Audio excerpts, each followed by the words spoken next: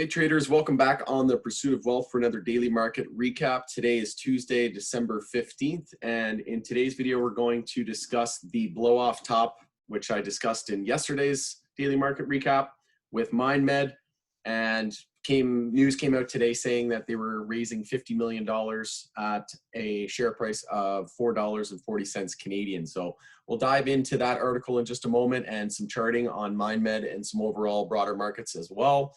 Before we jump into today's content, make sure to smash like and subscribe to the channel if you enjoy this market perspective.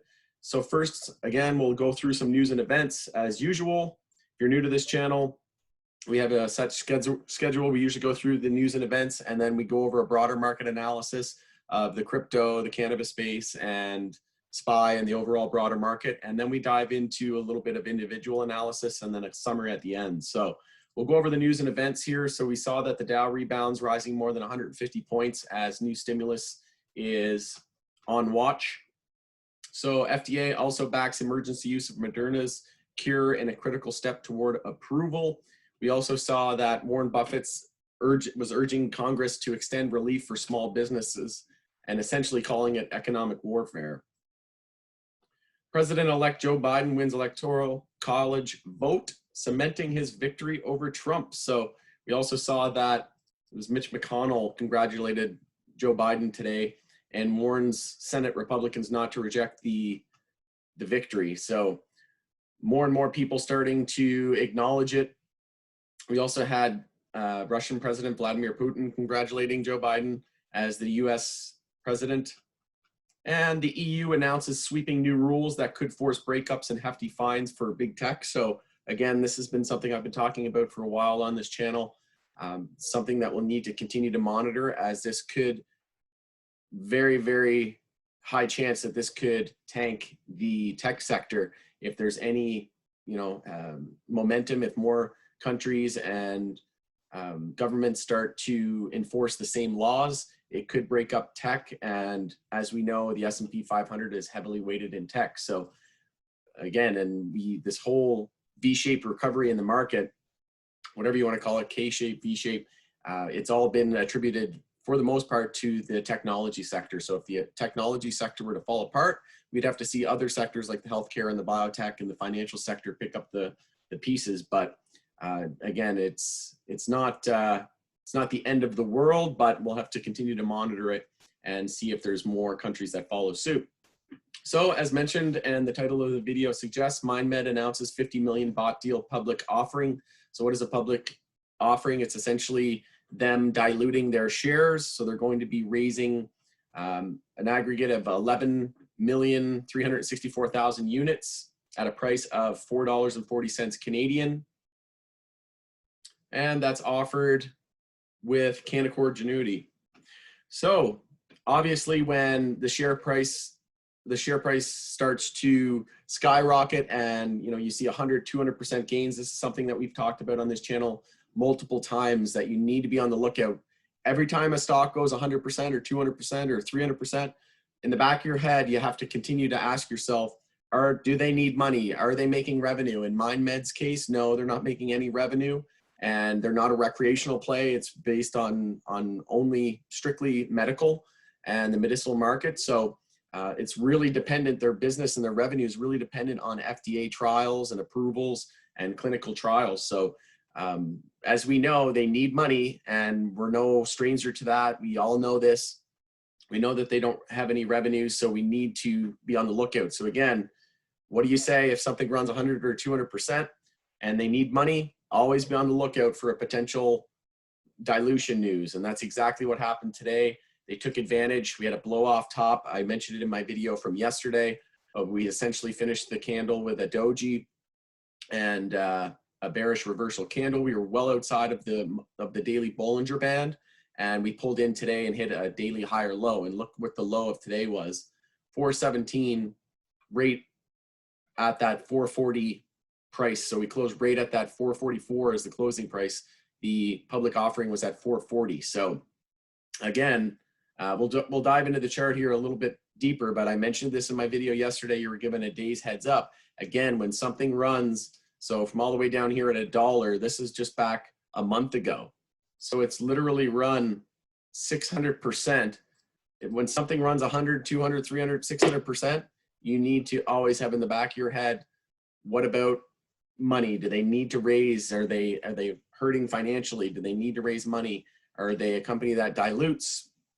How much revenue they're making? Are they profitable? All those questions you need to ask yourself, and then be on the lookout for potential dilution. And that's exactly what happened. I warned a lot of people as well in the group and said it was, you know, avoid any entries up here at these levels. And sure enough, ended very, very badly. So we'll take a look at the crypto space here, and then we'll look at the SPY chart and the overall broader market, but we'll go through these fairly quickly.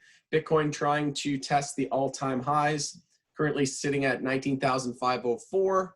Ethereum getting close to 600. Litecoin seeing some momentum and some strong gains here in comparison to its peers. XRP weaker, notably weaker.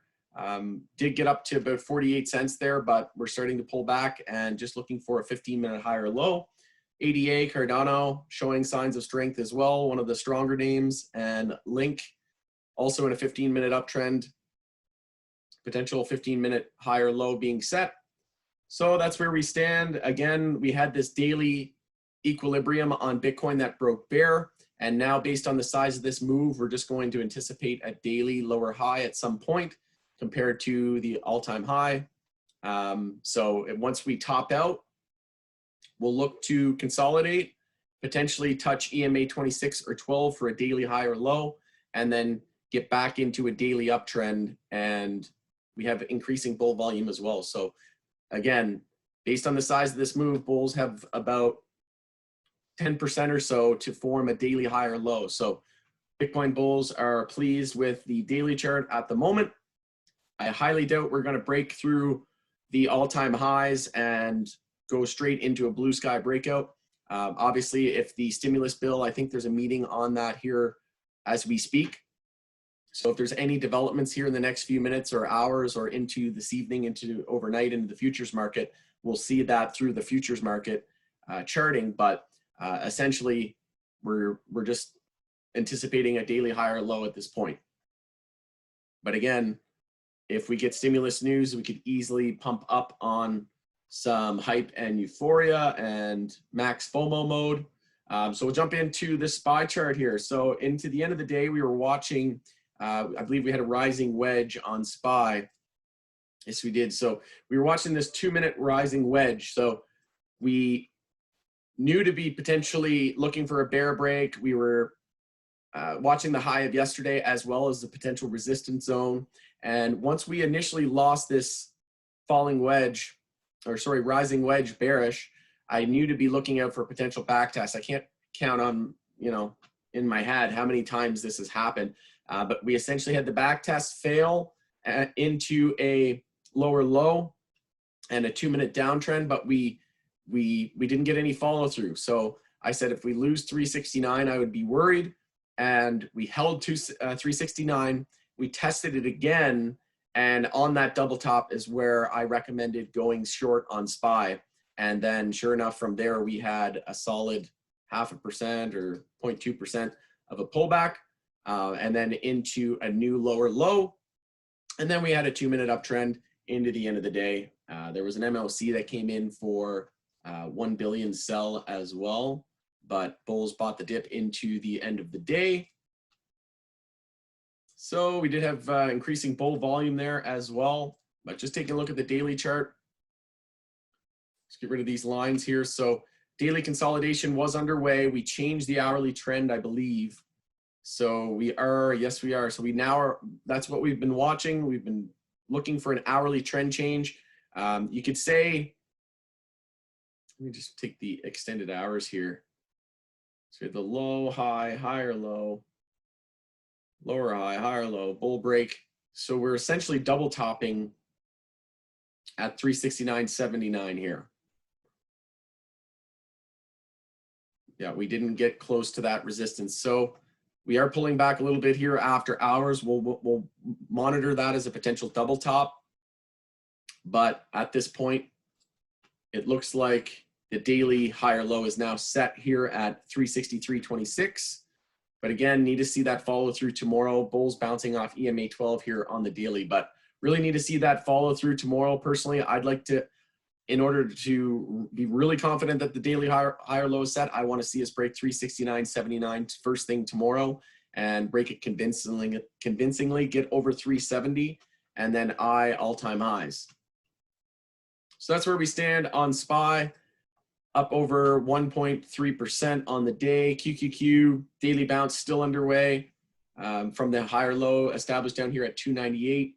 And did we change the hourly trend? The answer is yes, we did. So we're currently in an hourly uptrend. So the more names that change their hourly trend, the better. So the XLV, the healthcare sector, hasn't, I guess, yeah, I wouldn't call that enough of a pivot point here to consider that an hourly trend change. If you wanted to say it was an hourly trend change, I wouldn't argue with you. And if you wanted to use that 111 as a support level, then I wouldn't argue with you. But personally, I want to see us form this hourly higher low rate here around the 111 that we touched down on, 111.82. So if we can break the high here of 112.28, then I would confirm that an hourly uptrend. And we also have hourly EMA bull cross there in the healthcare sector lining up as well. XLRE, the real estate sector, straight off the lows. We do have a bull cross there as well. You could say we had a little mini higher low there, but not a very clear pivot point. Again, pretty much the same deal. XLF, so the financial sector. Again, little mini higher low here, but not by much. 1 penny. So need to see, right now it's a potential hourly bull flag, and we have the EMA bull cross lining up as well. XLE, the energy sector, up almost 2% today. We had the low, high, higher low, higher high, hourly uptrend, bounced off EMA 12, and a potential for a bullish EMA cross there as well. Home builders ETF. So we had the low, the high, higher low, higher high, higher low, higher high, hourly uptrend on home builders, XBI, biotech. So looking to form a base of support here off EMA 26 on the hourly, but we are in an hourly uptrend now, just looking for an hourly higher low compared to 140.56. Gold getting a bounce going today. Silver, we've noted on this channel now for a while that silver's been standing out as stronger, and today up basically double of what gold is. So again, how do we know that silver is stronger? Well, gold broke out of its descending triangle here on the weekly and lost weekly support. Then we touched down on the monthly uptrend line. That's when I called out that we could likely expect a bounce, which is the yellow line. We touched down on that yellow line, and from there we bounced about almost 6%. So then if we look at the silver chart, we're still respecting this resistance line from the downward sloping weekly descending triangle, but we broke out of that descending triangle, but we didn't close below it, and we didn't lose 21.66. So that's how we need to be looking out for silver as stronger. And we were just anticipating weekly lower highs as a result of these bounces. And it looks like they could be potentially set at this point. But again, need to get back over the resistance here at 1875 on gold to negate that. And with silver, we're eyeing 24.86. So that's going to be the level to get back above. If we can break above that resistance, then the weekly bounces are still underway, and bulls will try to fight off weekly bear flags and potential for weekly consolidation. Or I guess I should say more weekly consolidation. So that's where we stand. That's pretty much all I wanted to highlight for you guys. We'll just take a quick look at IWM. So it was up 2.5% today. I believe that's an all-time high. Yep. So bulls in full control of IWM. Did we change the hourly trend? The answer is yes. And I do want to bring up SMH as it's been one of the stronger ones, 1.5% on the day. Looking on the hourly here, we did change the hourly trend. So pretty much most names have changed their hourly trend. So we're at this point, we can be fairly confident that the daily higher lows are now set. And the Dow hourly uptrend looking to form an hourly higher low here could be a potential hourly bull flag. The dollar still getting slammed. Been saying it now for a few days, but it looks like a daily bear flag is going to confirm. EMA 12 is the resistance to be watching. It's been a brick wall since we lost it here on the daily. So line in the sand level is going to be EMA 12.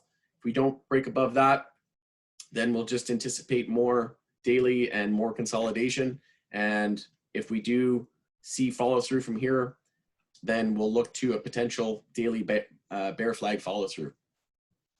So that's where we stand on the broader market. Just want to see here if there's anything else.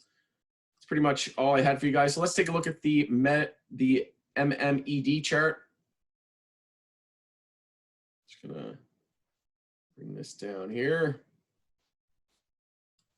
So on the daily yesterday, we advised to be looking out for a potential of a volume climax and blow off top.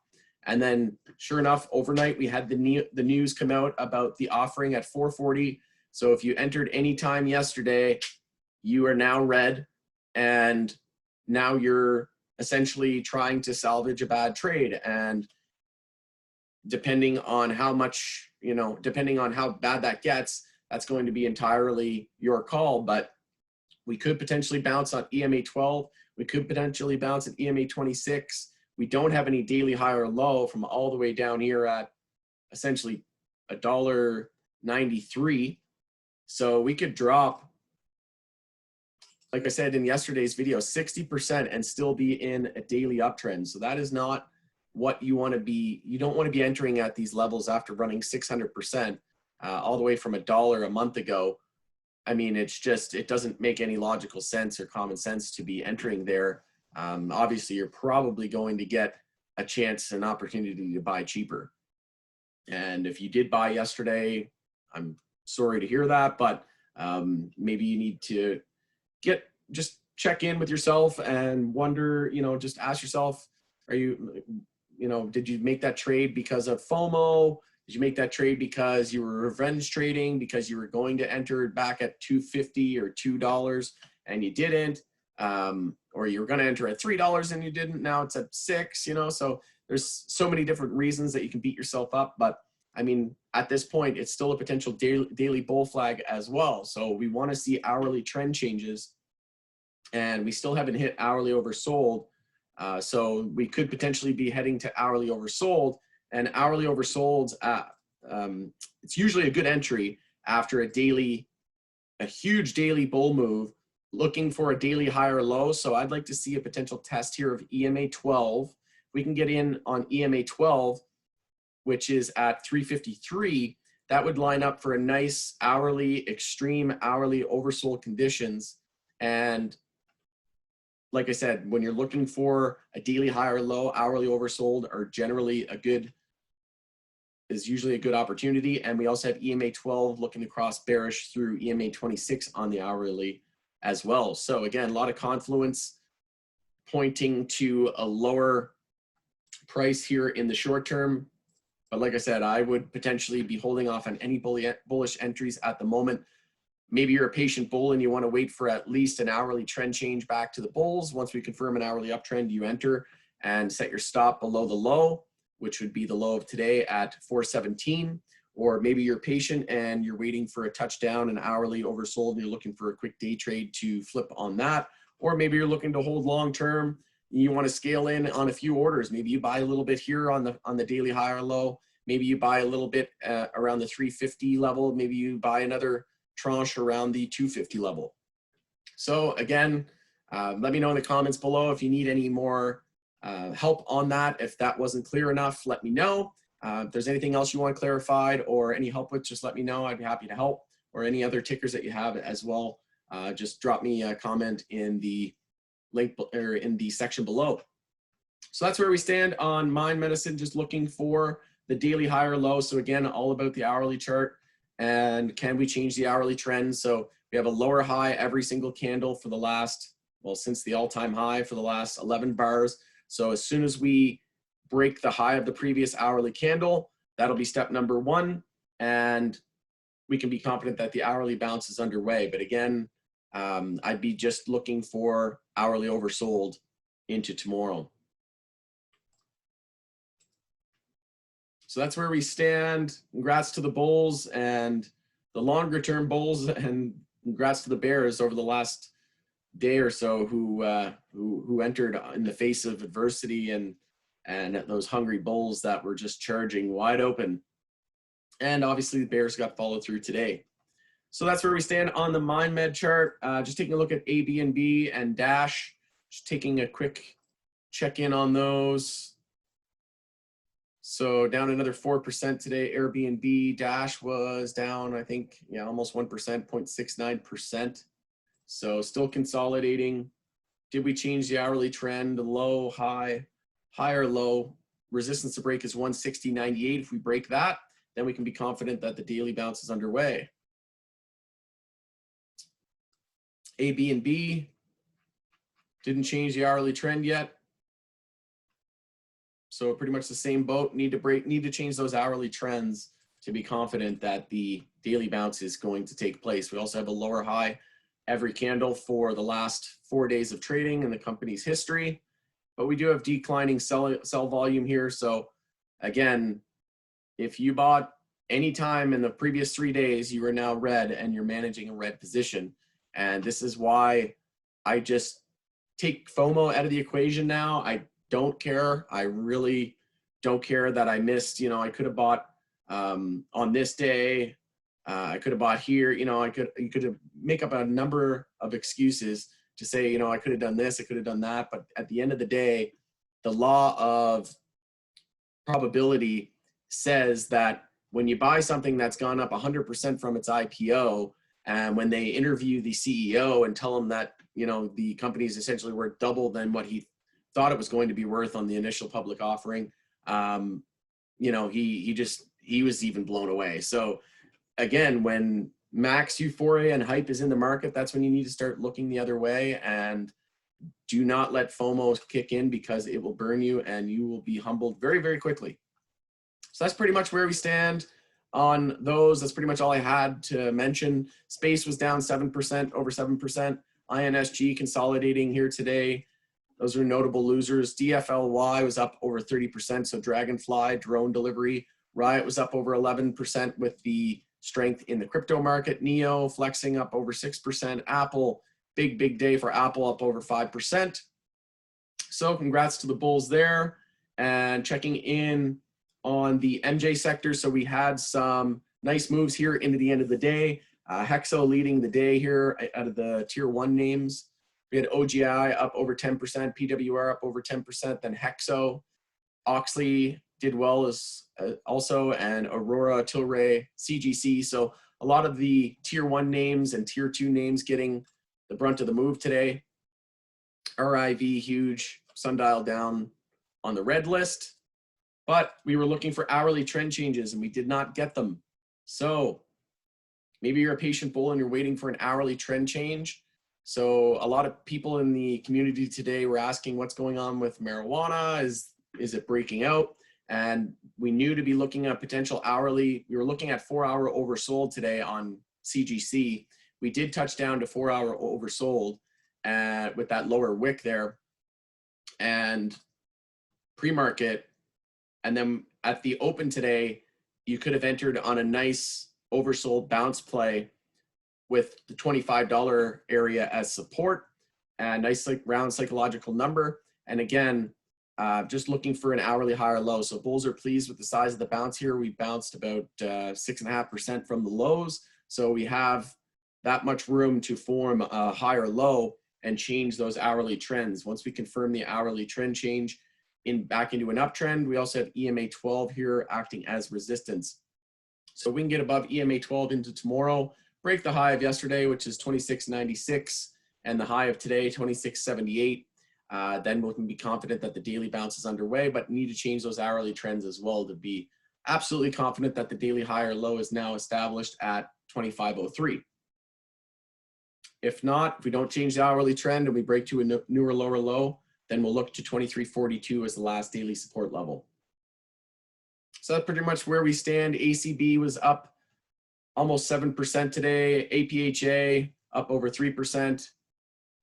Cron up over 3%. So HEXO is up about 10%. The high of the day was 111, I believe. Yep.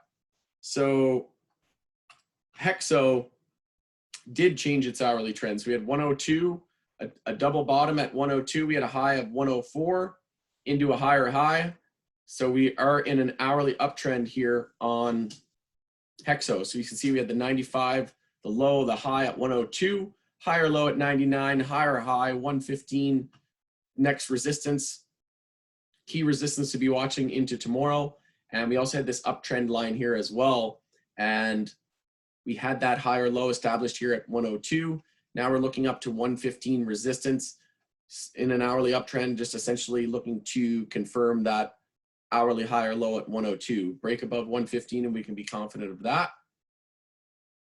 We also mentioned on the daily chart on HEXO to be watching the RSI.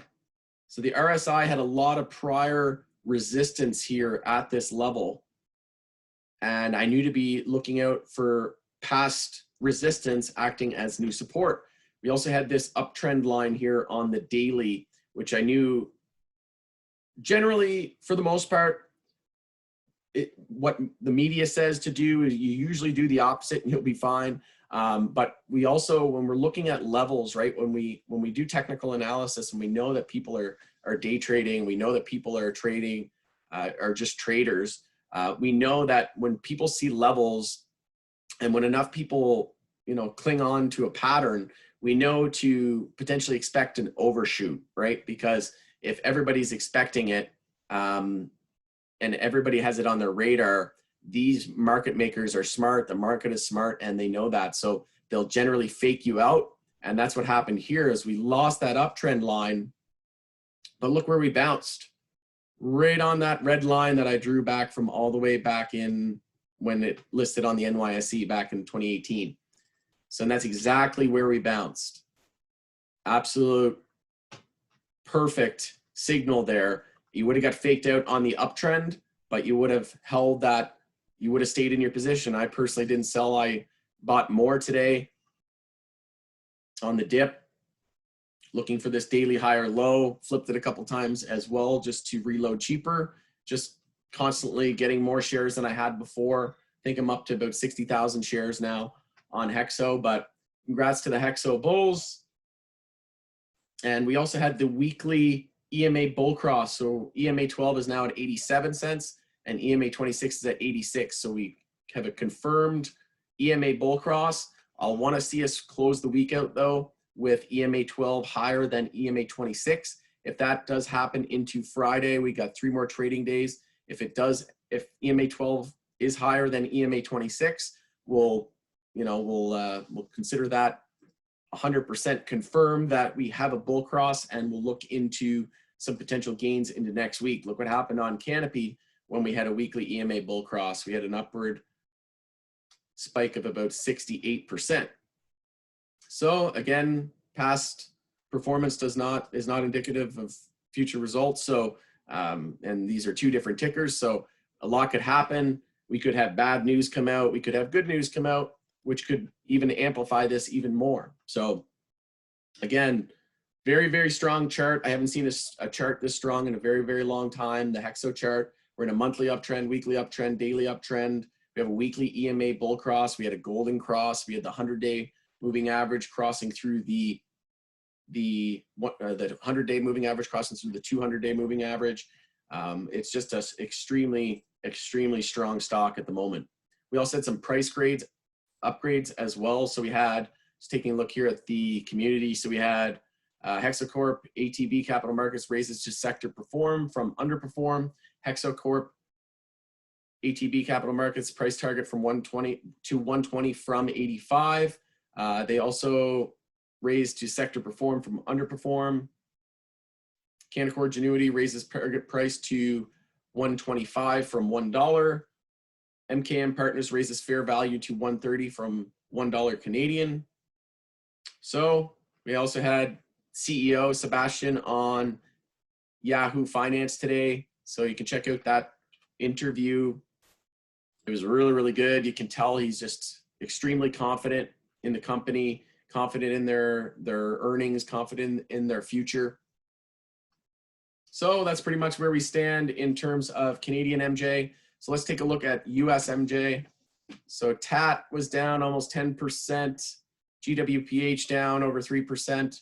On the bull list, we had KBAV, GRWG, Chiron, IIPR, CWEB, bam, up about between 5 and 10%. So looks like Canadian MJ getting most of the love today, with some names up over 10% today. Let's take a look at Trulieve. Still slow and steady grind up. Very, very choppy, essentially just a sideways range the last few days, but still holding EMA 12, so that's going to be the line in the sand level on Trulieve. Curaleaf, I believe the CEO is on the media as well this morning, but again, EMA 12 going to be the level to hold. If we do lose that, that'll be notable, the first time since back here at $12, and then we'll look to EMA 26. But that's where we stand. Again, we were just anticipating daily lower highs and need to change those hourly trends to be confident that the daily higher lows are set. Just taking a look at Trulieve here. So Trulieve, we did have a high, higher low, lower high, lower low. So we confirmed an hourly downtrend. Now we're looking to form an hourly uptrend and a higher low compared to 38.19. So bulls had a lower wick there into the end of the day, bought the dip, and now we're looking to resistance here at 39.24. We break 39.24 going into tomorrow, and we're in an hourly uptrend, and we can be confident that the daily higher low is set. So that's where we stand. Taking a look at MindMed here on the weekly chart. So again, the stochastic had already started to cross bearish. I mentioned this in my video from yesterday as well as a potential heads up and one minor red flag. And we do not have any weekly moving average support all the way down to $1.64. MACD was extremely bullish. So again, when you start to take a form of a mountain here, you need to start potentially looking at taking profits, or especially not entering bullish at record high, all-time high levels. So taking a look at the weekly moving averages, we still are well above the 50, 100, and the 200 weekly moving average. The MACD is just absolutely silly. And looking at the daily moving averages, we're still well above MACD, still extremely bullish. So again, at this point, it still could be a daily bull flag. We could drop a long ways yet before we even negate the daily bull flag potential. So again, just healthy daily consolidation at this point. If we look at the technicals in terms of fundamentals, obviously we know that it wasn't extremely healthy as they're raising money, but not surprising when the company doesn't really make any money, and we know to be looking for potential daily consolidation and much needed daily consolidation, and be on the lookout for any potential dilution news when something has just run insane amounts of percent. So that's pretty much where we stand. Again, we'll be watching stimulus as our focal point going into tomorrow. So we'll continue to monitor the futures chart and see if there's any indication of any potential direction for tomorrow, and we'll continue to monitor any news and that type of thing. So tomorrow we have FOMC statement coming out as well. So there's likely going to be some de-risking into that. So that's usually around 2 p.m. So again, we'll monitor that into tomorrow. It's going to be extremely important to stay on top of headlines, in my opinion, going into the rest of this week. We also have Thursday, the initial jobless claims coming in. So after tomorrow's monetary policy statement, we have the initial jobless claims, and we also have monthly OPEX, which is options expiry. So very, very interesting end to the week ahead. So best of luck into the week. Make sure you have a plan in case decides to hit the fan, because this could certainly trend south in a hurry if we have the Fed come out with any bearish news. The jobless claims have been trending lower for the past couple of weeks. So if we see a continued trend to the downward side there on that front, then that could be more bearish momentum. And then on Friday, if we have some volatility from monthly OPEX, again, these are all things that are going to provide either headwinds or tailwinds. And that's why I think staying on top of headlines going into the end of the week here is going to be extremely beneficial. So with that, thanks again for joining us on The Pursuit of Wealth. It's Rod with Powell Group. Make sure to drop me a like. I'd appreciate it. Hit the subscribe button if you enjoyed this market perspective, and we'll see you tomorrow for another daily market recap.